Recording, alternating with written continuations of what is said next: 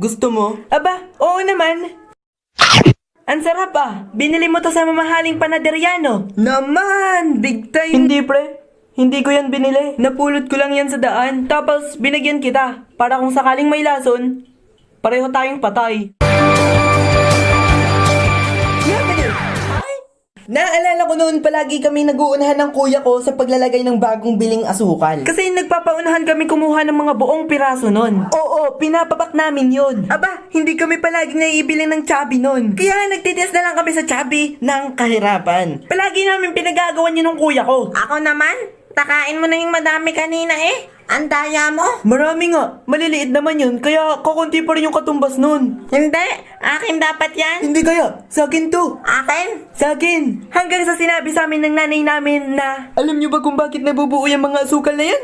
Bakit po? Gawa kasi sa sipon yan. Sipon yan nung magagawa ng asukal.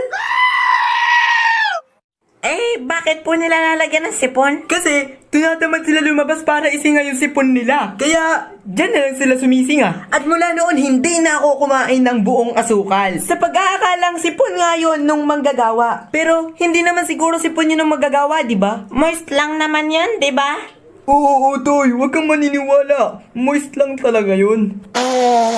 Moist lang? Inaakala rin ng utak ko dati na kapag nakakumot ka, mas safe ka. Kapag natutulog ako, iniisip ko, Kapag ako gustong kainin ng aswang, hindi ako makakain kasi nakakumot ako. Kapag may gustong sumaksak sa akin, hindi ako mapapatay kasi nakakumot ako. at saka, hindi ba kayo natatakot kapag sumasakay kayo ng escalator? Kasi dati, inaakala ko na kapag hindi ka naging maingat sa pagsakay doon at wala kang experience kung paano gumamit nun, o hindi timing yung pagtungtong mo doon, maaari kang kainan ng escalator at manguya-nguya at madurog-durog sa loob at mamatay. Kasi dati, nung bata pa ako, sumakay kami ng escalator kasama yung nanay ko. Tapos, sabi niya sa akin, alam mo ba dati may na-aksidente na daw dito? Oo. Pumasok daw yung paa niya sa ilalim ng hagdan. Tapos, kinain siya nun pa ilalim at namatay. Kinabahan ako nun at medyo natakot. Tapos, nung pagkatapos niyang ikwento yun, habang paakyat kami ng hagdan, bigla pa akong natisod dun sa may end ng hagdan na yun. At men, sobrang kaba ako nun. At pakiramdam ko nun, parang mamamatay na ako. Na-imagine ko na nga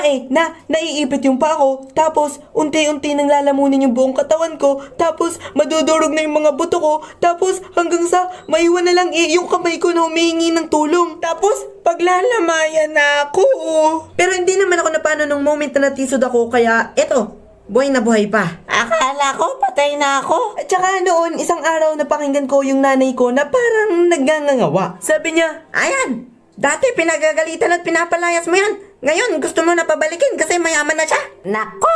akala ko may pinagagalitan na siya. Pero nung tingnan ko siya, nanonood lang pala siya ng TV at gigil na gigil siya dun sa karakter. Kita mo yan?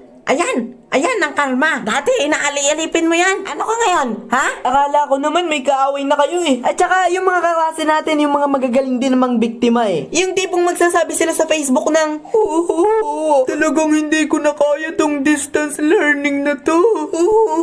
Wala talaga akong natututunan. Tanggap ko na, nababagsak na ako. This is school year.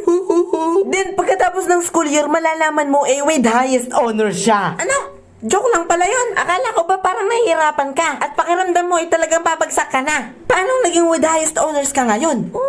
Ang gulo-gulo mo. Pre, may project ka na? Tingin nga kung paano mo ginawa. Pasan sa akin nung picture.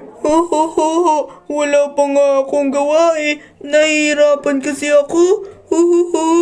Mukhang kayo na lang talaga ang gagraduate this school year. So, hindi ka na talaga gagawa? Hindi ko naman kasi maintindihan kung anong gagawin dun Sige pre, balitaan mo ako kapag may nagawa ka na 1 hour later. Pre, nakagawa na ako. Naipasa ko na pre. Hindi ko na masesend sa'yo kasi hindi ko na picturean Ano? Sabi mo hindi ka nagagawa? Bakit ngayon bigla kami naipasa? Hindi pa naman ako nagpasa kasi akala ko hindi ka magpapasa. Joke lang yan, pre.